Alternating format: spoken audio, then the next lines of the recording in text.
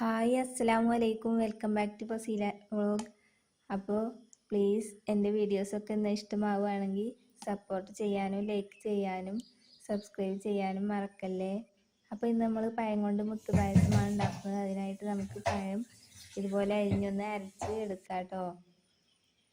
അപ്പോൾ അരച്ചെടുത്തതിന് നമുക്ക് ഒരു പാനിൽ നെയ്യ് ഒഴിച്ച് അണ്ടിപ്പരിപ്പ്, മുന്തിരി, സേമിയ എന്നിവ ഒന്ന് വറുത്ത് കോരി മാറ്റിയെടുക്കണം. ഇനി നമുക്ക് അരച്ച് വെച്ച പഴം ഒന്ന് ഇതുപോലെ വഴറ്റിയെടുക്കണം. മഞ്ഞൾ, ഉപ്പ് എന്നിവയൊക്കെ ഞാൻ ചേർക്കുന്നുണ്ട്. ഇനി പാലൊഴിക്കണം. പിന്നെ നമുക്ക് കുറച്ച് റവ കൂടി ഒഴിച്ച് ഇതുപോലെ ഒന്ന് വരട്ടിയെടുത്ത് ഇതുപോലെ ഉരുളകളാക്കി എടുക്കാം കേട്ടോ. ഇനി നമുക്ക് കുറച്ച് പാനിൽ പാലൊഴിച്ച് നമുക്ക് ഇതുപോലെ ആ ഉരുളകൾ ഇട്ട് കൊടുക്കണം. ഇനി നമുക്ക് ശർക്കര ഉരുക്കി വെച്ചത് ഇട്ട് കൊടുക്കാം. പിന്നെ സേമിയ, ഏലക്കായ എന്നിവയൊക്കെ ഇട്ട് കൊടുക്കാം. ഇനി നമുക്കിത് അണ്ടിപ്പരിപ്പും മുന്തിരിയൊക്കെ ഇട്ടൊന്ന് അലങ്കരിച്ച്